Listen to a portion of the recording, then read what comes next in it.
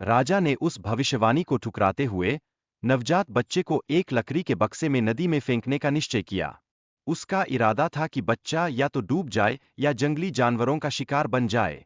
लेकिन क्या वो अपनी किस्मत से बेचबर था, या उसके मन में कुछ और ही था? एक दयालु बूढ़े व्यक्ति ने जब बक्से में बच्चे को देखा, तो उसके दिल में दया जाग उठी। उसने बच्चे को अपने बेटे की तरह पालने का निर्णय लिया। इस बच्चे को नाम दिया गया वीर, और उसके प्रति प्यार और देखभाल का हर संभव प्रयास किया गया। वो बूढ़ा व्यक्ति क्या जानता था कि ये बच्चा एक दिन क्या बन जाएगा। वीर हमेशा से ही बुद्धिमत्ता और साहस का प्रतीक रहा, जिसके चलते उसकी पहचान पूरे गांव में फैल गई। उसकी बहादुरी और चतुराई ने राजा का ध्यान खींचा, और अब राजा को उसकी ताकत से खतरा महसूस होने लगा। क्या राजा की ईर्ष्या उसे एक बार फिर खतरनाक रास्ते पर ले जाने वाली थी? राजा की बढ़ती ईर्ष्या और क्रोध ने उसे वीर के खिलाफ एक खतरनाक योजना बनाने के लिए प्रेरित किया। क्या यह योजना अंततः वीर को उनके वास्तविक सामर्थ्य का सामना करने की ओर ले जाएगी, या यह राजसी क्रूरता का एक और उदाहरण बनेगी? वीर की यात्रा के दौरान डाकुओं ने उसकी मदद की और राजा की योजना को विफल कर दिया।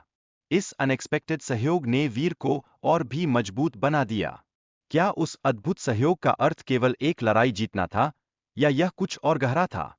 राजा ने वीर को एक कठोर परीक्षा देने का आदेश दिया, जिसमें उसे राक्षस के सिर से 3 सुनहरे बाल लाने थे। क्या वह इस चुनौती को पार कर सकेगा, या उसके किस्मत ने उसे धोखा दिया? युवक ने यात्रा के दौरान गांव वालों की समस्याओं को सुना और शैतान से उनके सवाल पूछने का वादा किया।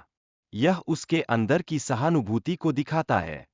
क्या उसका दिल सही रास्ते पर चलने का संकल्प ले चुका था? इसके अलावा युवक ने एक बूढ़े नाविक की मदद करने का भी वादा किया, जो अपने श्राप से मुक्ति चाहता था।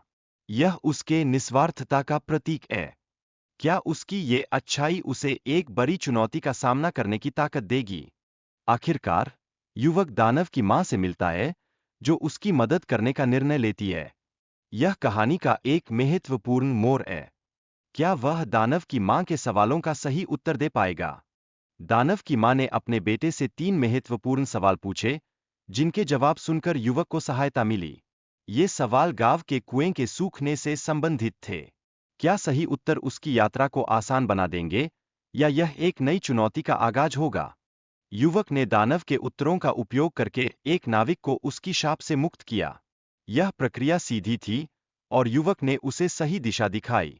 क्या यह मुक्ति वीर के लिए एक नया अध्याय खोलेगी? युवक ने राजा के सूखे पैर के बारे में भी जानकारी दी, जिससे पैर फिर से हरा हो गया। राजा ने युवक को इन उत्तरों के लिए बड़ा इनाम दिया। क्या यह इनाम वीर की मेहनत और बुद्धिमत्ता को मान्यता देने वाला था? युवक ने गांव में सूखे कुएं को भरने के लिए मेंढक निकालने की योजना बनाई, जिससे गांव वाले खुश हुए। क्या इस योजना से गांव में नई जीने की उमंग जागेगी? राजा ने युवक की बुद्धिमत्ता को देखकर उसे अपने दामाद के रूप में स्वीकार किया, जो उसकी पहले की धारणा के विपरीत था। क्या यह संकेत था कि राजा ने वीर की प्रतिभा को पहचान लिया है?